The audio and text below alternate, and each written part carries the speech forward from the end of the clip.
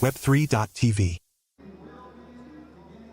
Hello, what's up, and welcome back to another interview at the Function1 conference in Dubai 2025. I'm Adel, the host. Today we have Andrey from PAX Intelligence. Andrey, how are you doing today? Great, how are you?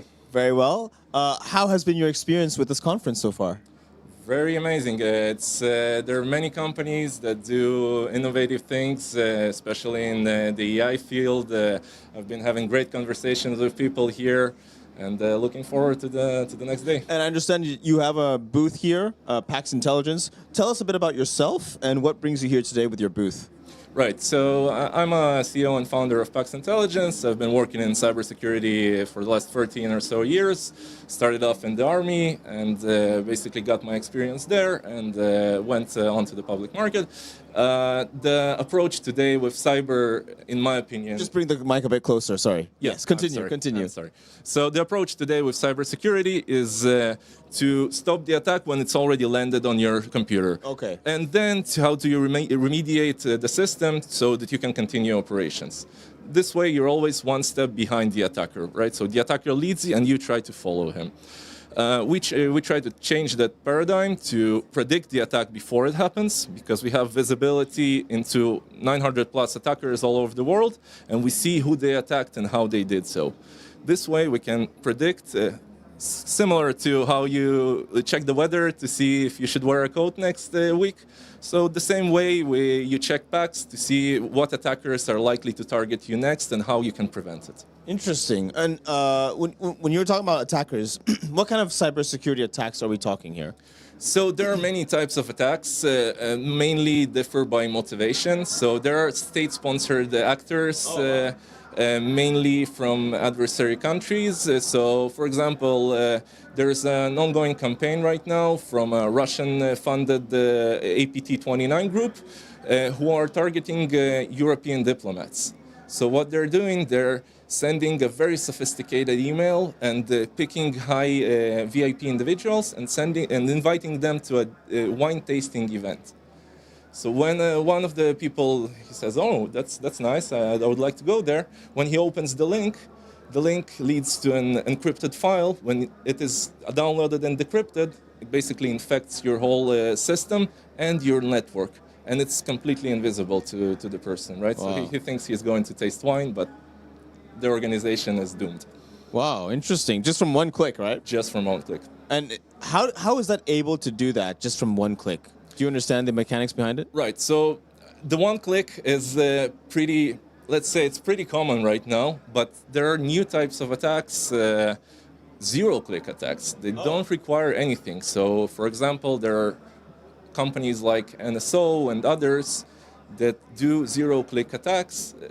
So they don't require you any interaction. So they just send you something by SMS, and they exploit the inner protocols of the mobile phone to get access to your phone. Just by SMS? Just by SMS. But they just need your number then?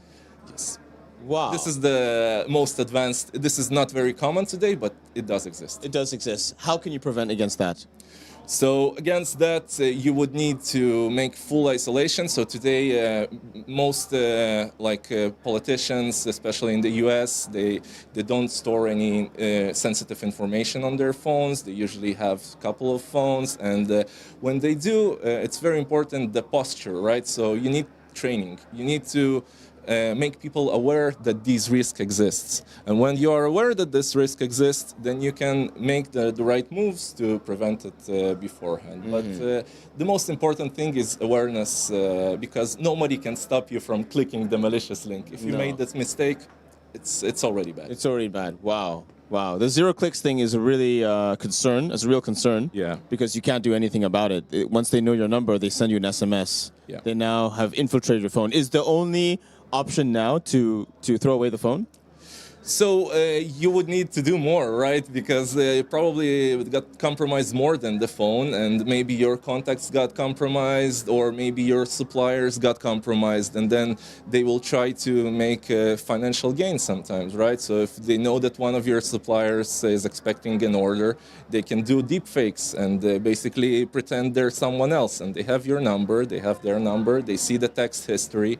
So this is kind of a very sophisticated attack that needs a total security restructuring. Wow. Okay. Interesting. And you believe at PAX Intelligence you can or you have or you will be having a solution to this? So what we do at PAX Intelligence, it's basically the only way to prevent attacks is to do it before they happen. I know, but what if you can't? But what if you can't? There's no such thing. Even this attack, which I mentioned, the very sophisticated attack, Yes. it has to connect somewhere, Yes. right? There's a server somewhere in the world which is managed by those attackers. We know which server it is, and we can help you block it before he attacks you. Oh, What I see. happens then? Even if you fall for the bait and everything goes through, then it tries connecting and exfiltrating the data back to the attacker, and it doesn't connect because you've already blocked him preemptively. Okay. So this is the only thing you can do.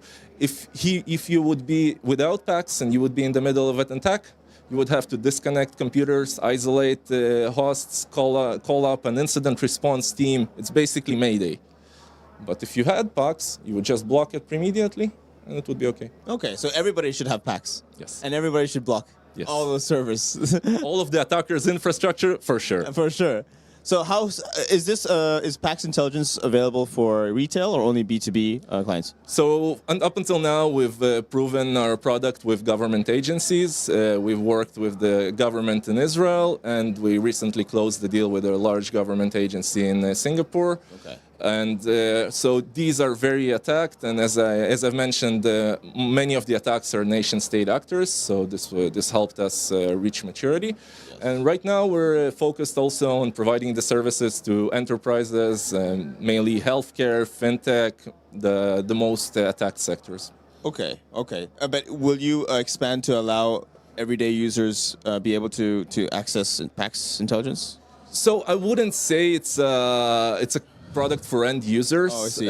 It does require kind of an organizational awareness to Okay. these risks, and then you have to understand what's the risk and how do you prevent it, what's the operational cost. So I wouldn't say it's a B2C product. Okay. Fair enough. So you have to be an organization, and the way that you monetize, is it subscription? Is it premium? How does it work? Yeah, so we have an annual license that we offer. It differs vary from customer to customer. So some customers want a fully cloud deployment and do not want to share their personal information with us, which we understand, of course. Of course. So we just give them, the keys, and they run the car themselves. On the other hand, the other organizations, they want full integration, full automation. They want to be hands-off. So we can provide that too and basically plug into their existing stack. But then you would see their data. Exactly. Of course. That's the trade-off. Yeah. Okay. Andrey, thank you so much for this interview. For Thank you. those watching, if they're interested to get in touch with you or in PAX Intelligence, where can they find you? Yes, so you can find me on LinkedIn at Andrey Makarenko, or you can visit our website, paxintelligence.com. Thank you so much, Andrey. Thank you. All right, that's a wrap. Thanks so much for watching. Hope you found this insightful. We'll leave all the links in the description so you can check out Andrey's profile as well as PAX Intelligence. Thank you again. I'm Adel, the host. I will see you next time. Cheers. Thanks for